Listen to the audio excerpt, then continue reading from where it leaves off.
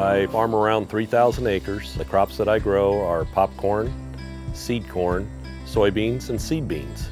We're along the Illinois River and we have a lot sandier soils with low organic matter.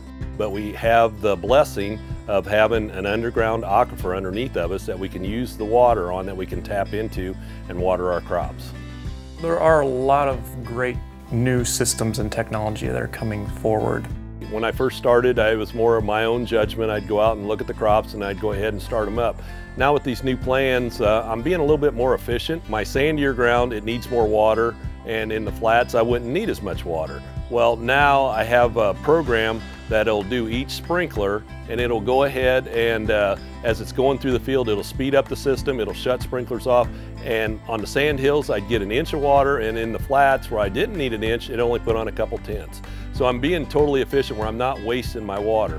One thing that we've done to improve the conservation of water would be the upgrading of our nozzles on our systems. We've gone from our old style, which kind of produces more of a fine drop or like a misting drop, which is fine, but when you have an environment that's very hot or very windy, you can get some evaporation going on there.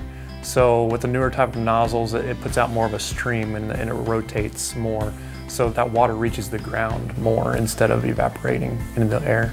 The biggest portion for me is the irrigation.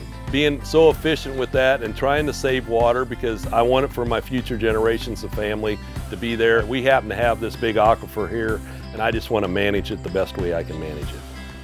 We want to make sure that this is here for future generations as well, and we want to protect the families that live out here too. I'm a fourth generation. I'm going to have fifth generation that's going to be coming in here pretty soon. Be working with them, and I'm looking forward to that. But I don't want to abuse anything that's going on with what I have. It's just a very powerful resource that I have, and anything that new comes out, I'm always out there looking for to try to improve what I'm doing and do right for the ground.